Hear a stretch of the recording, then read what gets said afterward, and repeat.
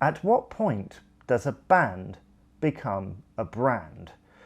I think there are so many answers to this question, and I think it depends on the band that you're talking about. But in my view, and this is my opinion, Status Quo are a brand and have become so because while they have identifying factors running through it, like this DNA, there are different eras, which mean that, you know, you can kind of market both of these things. It's a little bit like Disney. It's like they made so many different films, but with Disney, there's always something that kind of ties them all together. And it's exactly the same with a band like Status Quo. You could say that for the Beatles and the Rolling Stones, but unlike the latter two and many other bands that I could mention, Quo, outside of t-shirts and mugs and everything else, all that non-recorded merchandise, I don't think they've really, until very recently, started to exploit and explore that. And no better is a way to illustrate that than 4 years ago when a new product came out. This is not a vinyl box set or an LP, but rather a jigsaw puzzle. This is a 500-piece jigsaw puzzle from Rock the Saws. 3 of them were released. This is one for Rockin' all over the world. And then you had one for their 1978 album, If You Can't Stand the Heat. And then, to complete the trio, for you Frantic 4 fans out there, the Quo album artwork in jigsaw form, Dave Field's iconic artwork there for you to do if you so wish. I was absolutely blown away when they started to release these, because this is looking at the brand and, like I say, the different eras, because I think it's really interesting that they've gone for late 70s stuff, right? Because you could have the Piledriver album, you could even have Dog of Two Head. Imagine Dog of Two Head as a jigsaw puzzle, right? Because the amount of red and stuff would make it difficult. But this, with its imagery of, you know, this hob with a sort of a record player aesthetic, and then we've got all these like tears around the bottom.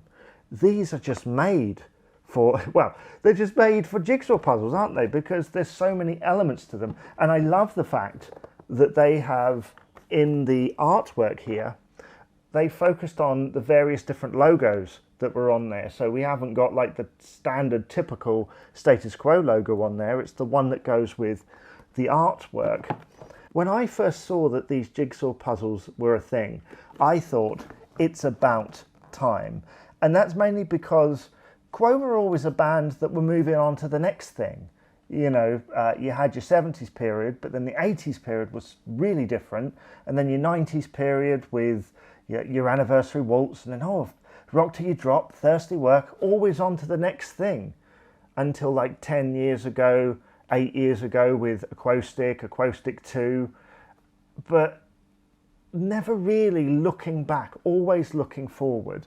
And in recent times on the Quo store, what you've seen is an embracing of what they've been in the past, all the various different eras, and trying to appeal to all fans and not just like one contingent or people like myself who are like, I love all of it.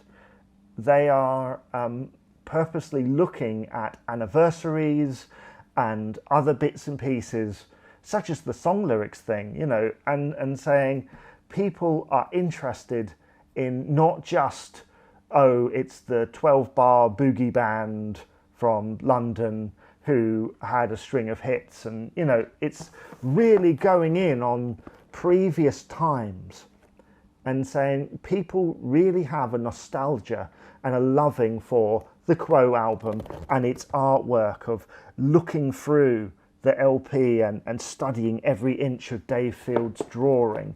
They have memory of sitting there with Rockin' All Over the World in the hand and going, well, the actual production and stuff is disappointing, but this became a brand in itself. This is an album that means more than just the production. It's the one that set them off onto much more kind of commercial footing. And whether you like or loathe that, there's going to be some people that absolutely love it. And this imagery is going to be tied with that, like where it was used on the tour, you know, projected up and stuff. There will be people that like the experimentation of If You Can't Stand the Heat and love the artwork.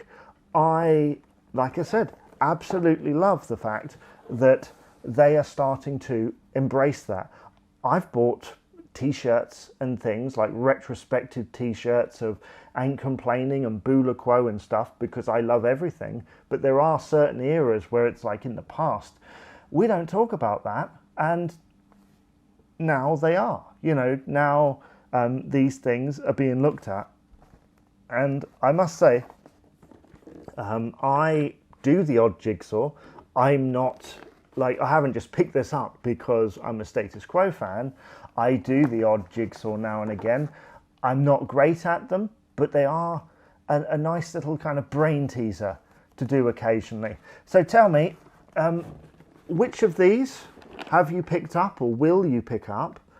Have you any other suggestions for any other albums you'd like to see made into Jigsaws? I think possibly Piledriver. Hello would be an absolute nightmare, wouldn't it? On the Level, with its interesting photographic thing. Blue for You, basically any of those 70s ones. And then maybe Back to Back, something like that. In the Army Now might be a good seller for those who like the 80s material and the artwork associated with that. Yeah, there's so many suggestions out there. Let me know your thoughts in the comments below, and I'll see you again for another episode of the Quo-Cast.